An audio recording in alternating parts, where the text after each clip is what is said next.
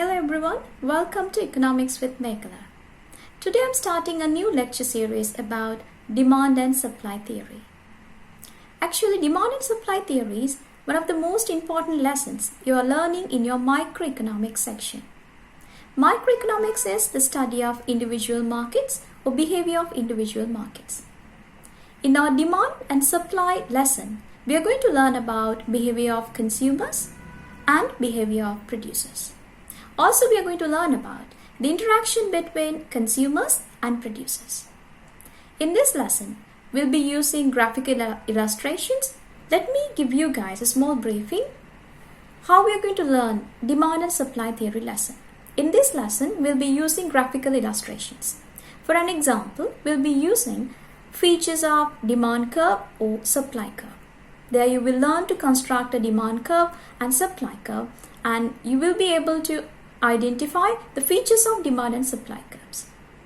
Not only that, you'll be learning mathematical expressions in this demand and supply theory lesson, especially topics like price elasticity of demand, income elasticity of demand, price elasticity of supply. You'll be using mathematical formulas to calculate PED, income elasticity of demand. So you'll be learning mathematical expressions in this lesson. Not only that, we'll be learning some basic economic theories like the law of demand or the law of supply.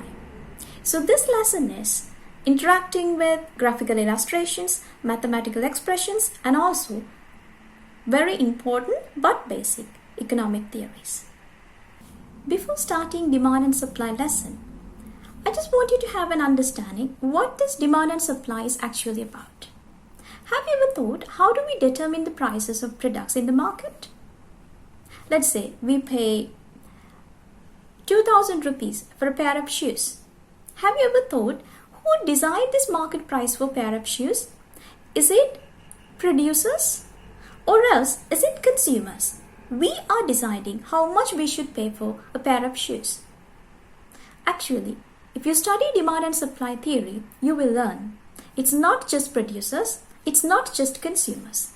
Both consumers and producers get together and decide market prices for products. We call that price mechanism. Do you know what is demand? If you do not know, let me help you with this definition. This is a basic definition I have given. So demand refers to the amount of some goods and services consumers are willing and able to purchase at each price. If you look at us, we all consume goods and services because we have needs and wants to satisfy. If you look at needs are essential for living, whereas wants are not essential for living, but they are unlimited. Because wants are desires of people, so one after another, people would like to satisfy them. So in order to satisfy needs and wants, we consume goods and services. When we are consuming these goods and services, there are key important factors we pay attention. Let's assume we want to buy a pair of shoes. What is the first thing comes to your mind? What is the key factor you pay attention for? Let's say you go to a shop and you start seeing what is on sale. You see what is on showcase. But if you compare these products and if you look at the prices of these products, that gives you a signal whether you should buy this pair of shoes or not. Let's assume a pair of shoes cost 3,000 Sri Lankan rupees and all the shops offers 4,500 or 6,000 rupees pair of shoes for you to buy. What do you think? Because you have an idea, a pair of shoes would cost around 3,000 rupees for you. But now the market prices are 4,000 and even 4,500. If it was me, first thing which will come to my mind is, this price is absurd. I should not pay 4,500 for a pair of shoes. I might postpone my idea to buy a pair of shoes. Let's assume we go to another shop and we get another price list. But this shop is far more better than the previous place. They offer very low prices.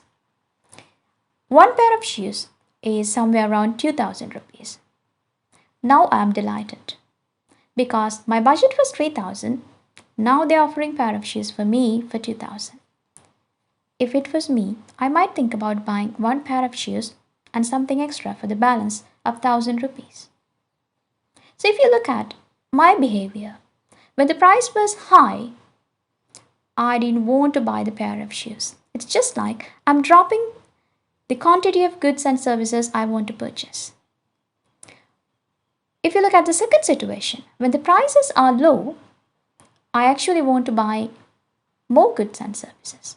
I'm buying one pair of shoes, and with the balance money also I'm going to buy something else. So this is the mechanism which works in demand. When prices are increasing, people tend to cut down the amount of goods they buy.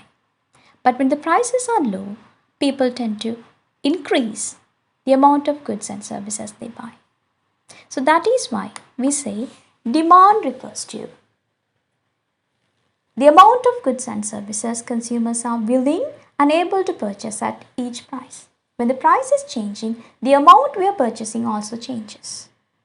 So simply, demand and price has a relationship. When demand and price has a relationship, we have to identify what type of relationship it is. It is a positive relationship. If you look at prices, when the prices are high, the quantity of goods and services we buy decreases. But in the other hand, when the prices are low, the amount or the quantity of goods and services we buy increases. So demand and price are moving at two different directions. When price increases, demand will decrease. When price decreases, demand will increase. This kind of relationship we call inverse or negative relationship. So the relationship between quantity demanded and the price is an inverse or negative relationship.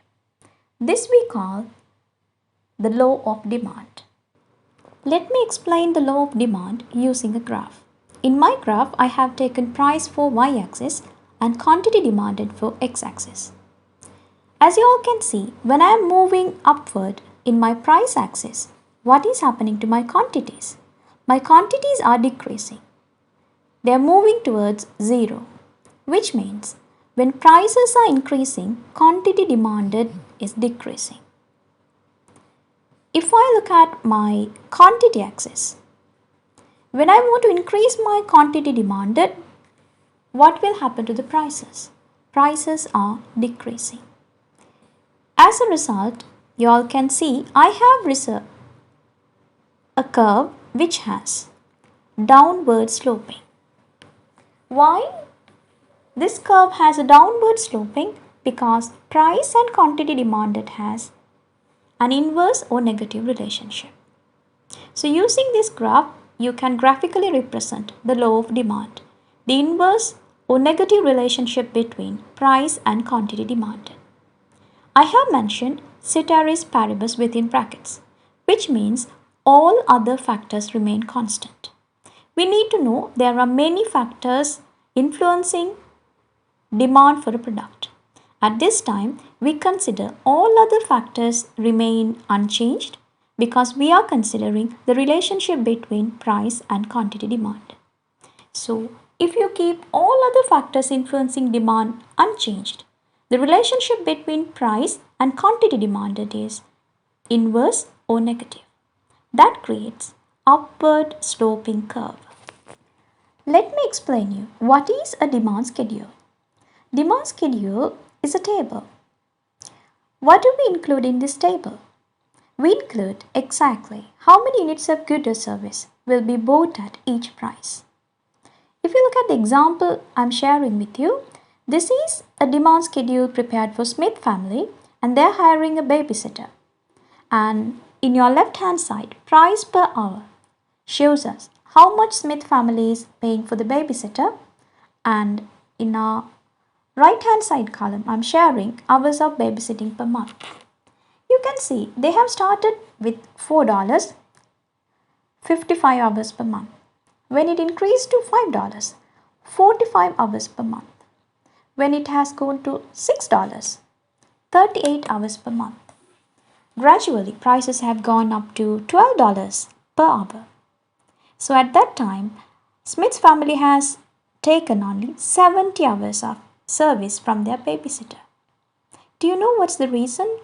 When the price per hour is increasing, Smith family should pay more for their babysitter. So if the babysitter is babysitting for more hours, that will cost more for them. So eventually, when they have increased the price paid for 1 hour, they have decreased number of hours they have used. This shows negative or inverse relationship between price and quantity demanded. If you look at this demand schedule, what is the benefit we can take?